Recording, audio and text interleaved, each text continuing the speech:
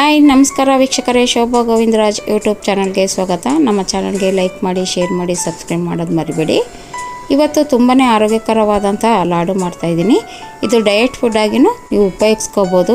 ತುಂಬಾ ಹೆಲ್ತಿ ಲಾಡು ಆಗಿದೆ. ಇದಕ್ಕೆ ಸಾಮಗ್ರಿಗಳು ಯಾವ್ಯಾವು ಅಂದರೆ ಕಡಲೆ, ತೊಗರಿಬೇಳೆ, ಉದ್ದಿನಬೇಳೆ, ಕಡಲೆ ಬೀಜ, ಕಡಲೆಬೇಳೆ, ಅಕ್ಕಿ, ಹೆಸರುಕಾಳು, ಬೆಲ್ಲ, ಗಸಗಸೆ, ಏಲಕ್ಕಿ ಇಷ್ಟು ಬೇಕಾಗಿರುವಂತಹ ಸಾಮಗ್ರಿಗಳು. ಒಂದೇ ಅಳತೆಯಲ್ಲಿ ನೀವು ತಗೋಬೋದು. ಮೊದಲು ಕಡಲೆ ಬೀಜ ಹುರ್ಕೊಳ್ಳೋಣ. ಕಡಲೆ ಬೀಜ ಕಂದು ಬಣ್ಣ ಬರೋವರೆಗೂ ಹುರ್ಕೋಬೇಕು. ಯಾಕಂದರೆ ಇದ್ರ ಸಿಪ್ಪೆ ತೆಗಿಬೇಕು ತಣ್ಣಗಾದ್ಮೇಲೆ. ಅದಕ್ಕೋಸ್ಕರ ಫಸ್ಟು ಹುರಿದಿಟ್ಕೊಳ್ಳಿ.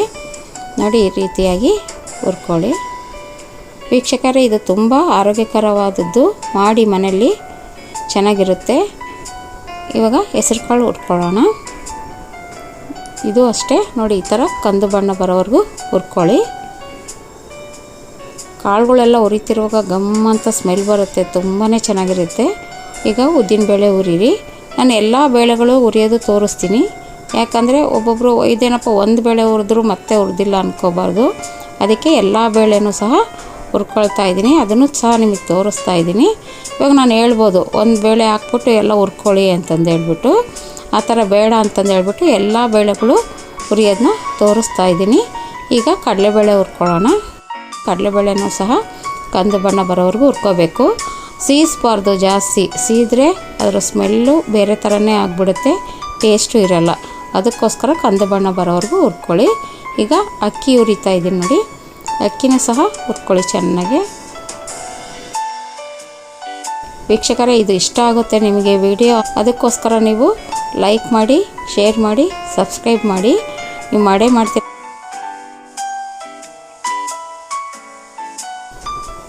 ಈಗ ತೊಗರಿಬೇಳೆ ಹುರ್ಕೊಳ್ಳೋಣ. ತೊಗರಿಬೇಳೆನೂ ಅಷ್ಟೇ ಕಂದು ಬಣ್ಣ ಬರೋವರೆಗೂ ಹುರ್ಕೊಳ್ಳೋಣ. ಈ ರೀತಿಯಾಗಿದೆ.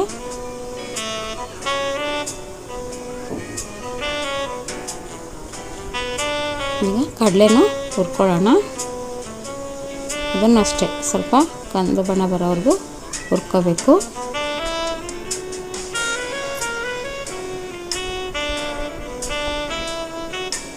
ನೋಡಿ, ಈ ರೀತಿಯಾಗಿ ಹುರ್ಕೊಳ್ಳಿ. ನಂತರ ಗಸಗಸೆನೂ ಸಹ ಅದು ಚಟಪಟ ಅಂತ ಸಿಡಿಯುತ್ತಲ್ಲ, ಆ ಥರ ಹುರ್ಕೊಳ್ಳಿ. ಇಲ್ಲಾಂದರೆ ಬೇಗನೆ ಸೀದೋಗ್ಬಿಡುತ್ತೆ ಅದು. ಸಣ್ಣ ಉರಿಯಲ್ಲಿ ಹುರ್ಕೊಳ್ಳಿ.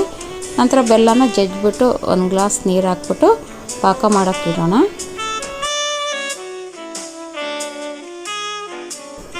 ನೋಡಿ, ಕಾಳುಗಳನ್ನ ಎಲ್ಲ ಕಾಳುಗಳು ಹುರಿದಿರೋದು ಲೇಯರ್ ಆಗಿ ತೋರಿಸ್ತಾ ಇದ್ದೀನಿ. ಈ ರೀತಿಯಾಗಿ ಹುರ್ಕೊಳ್ಳಿ.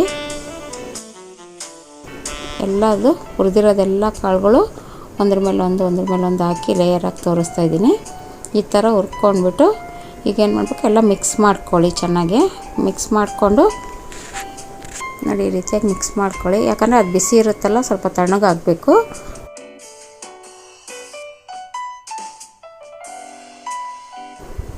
ನೋಡಿ, ಇವಾಗ ಗಸಗಸೆನೂ ಹಾಕ್ತಾಯಿದ್ದೀನಿ. ಸ್ವಲ್ಪ ಗಸಗಸೆ ರುಬ್ಬಕ್ಕೆ ಹಾಕ್ಕೊಳ್ಳಿ.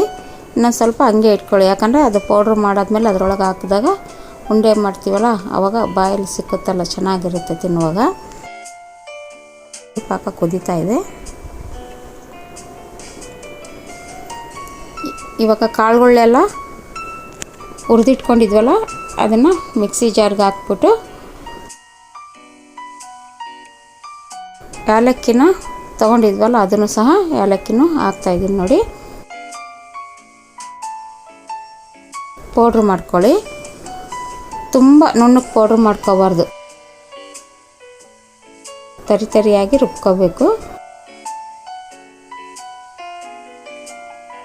ಈಗ ಬೆಲ್ಲ ಪಾಕ ಮಾಡಿದ್ವಲ್ಲ, ಅದನ್ನು ಸೋಸ್ಕೊಳ್ಳೋಣ. ಯಾಕಂದರೆ ಅದರಲ್ಲಿ ಕಲ್ಲಿರುತ್ತೆ, ಅದಕ್ಕೋಸ್ಕರನೇ ಸೋಸ್ಕೋಬೇಕು.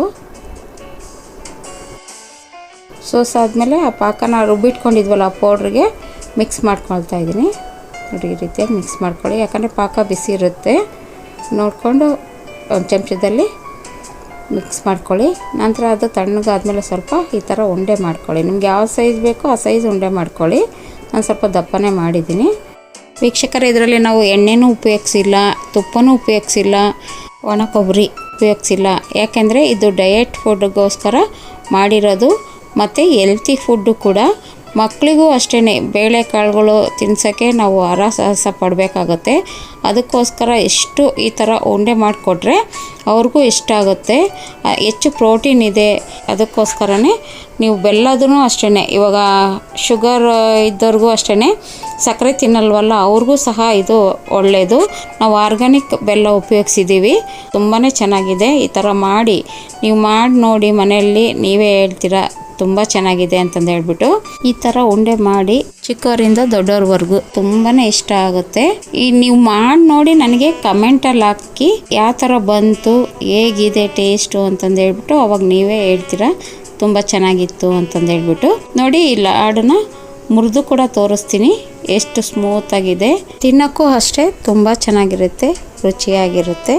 ವೀಕ್ಷಕರೇ, ವಿಡಿಯೋ ನೋಡಿದ್ದಕ್ಕಾಗಿ ಥ್ಯಾಂಕ್ ಯು.